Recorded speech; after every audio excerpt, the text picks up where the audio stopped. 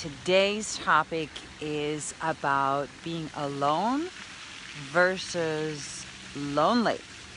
Two totally different things. And a lot of people get it confused and get quite upset, especially with the holidays coming up. Let's just talk about it. Let's figure out what the differences are and see how you can maybe turn a particular thought that was maybe a little negative or made you sad into something positive, okay? I was 20 years old when I moved to the United States from the Netherlands. I'm 47 now, so you do the math. And I came alone with 2 suitcases and have got myself through college and worked and had a few boyfriends here and there, but certainly had a lot of time by myself. But during that time, I never felt lonely. And a lot of people around me are mentioning it, and I can see it as well, where they feel lonely. And I wonder, how is that possible?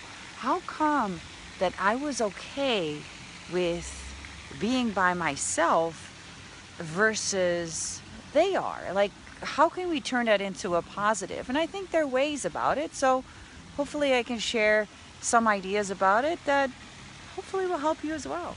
As one goes through lives, you find yourself in and out relationships, or some of you very fortunate have only gotten into one and are maybe still in it and very fortunate and happy. Great. That's awesome. And then you have a whole bunch of us where you have tried relationships and they're not necessarily working out. You break up and there are periods where basically you find yourself alone. The biggest difference is, though, you should never feel lonely, because that's not a positive thing. That doesn't make you feel good, and you end up eating way too many cookies or whatever your outlet might be. So the lonely part is certainly not good. So how can we change that around? I have some friends that are finding themselves lonely as they express. And I always ask, what is it exactly that makes you feel lonely versus alone? I get the fact that you might not be in a relationship right now, but why do you feel lonely? And the answer most of the time is like, well, I don't feel I'm with a partner, and I've got nothing to do in the weekend, and I think it's a lot of the pressure of society. Just constantly that pressure that you are not complete unless you are in a relationship. Well, there's no right, there's no wrong. I can only tell you what my opinion is, and my opinion is it just differs for everyone. You absolutely don't have to be in a relationship, period. And here's another thing. The only way, in my opinion, that you should ever be in a relationship, if first you, as an individual, are completely happy and know who you are. Goes back to one of my first session, that you cannot make anyone happy. It's really up to you. And that is the very first point.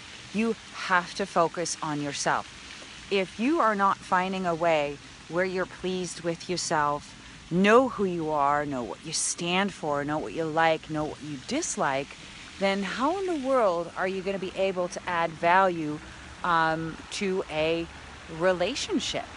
Right? How are you going to do that? So before you freak out about being lonely and finding yourself alone, and for some reason have the feeling that you absolutely have to be in a relationship, let's figure out who you first are as an individual.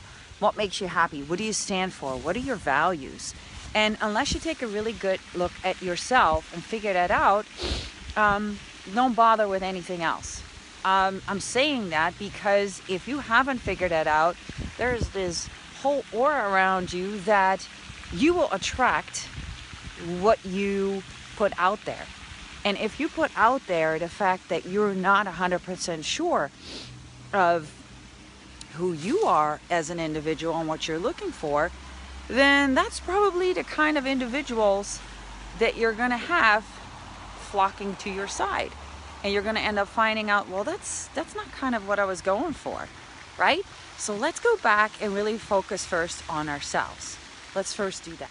When I got out of a broken marriage, a relationship that wasn't working, I really did take the time to figure out who I was. Kind of lost my ways, lost myself just to always please the other, and really had to figure out what pleases me, what makes me happy. And I came to find out that knowing who I was, what my values were, what my opinions were, what I liked, what I disliked, that was my power. Happiness is what you make out of it. And so if you do decide that a relationship is not for you, or a relationship is for you, but you don't want to do it in a form of the traditional marriage, hey, more power to you. Who's to say that you have to be? There's no right, there's no wrong. I'm not here to say one needs to be married and one does not, or one needs to have a traditional marriage, or just by court, or celebrating it with a religious background. There is no right or wrong. The beauty is it's different for every single individual, and you need to figure out what works for you. What works for you will get you through everything. Regardless of what you do and what you choose, you'll find out that you can't please the whole world. Sometimes they're your own parents or what you think that are your best friends.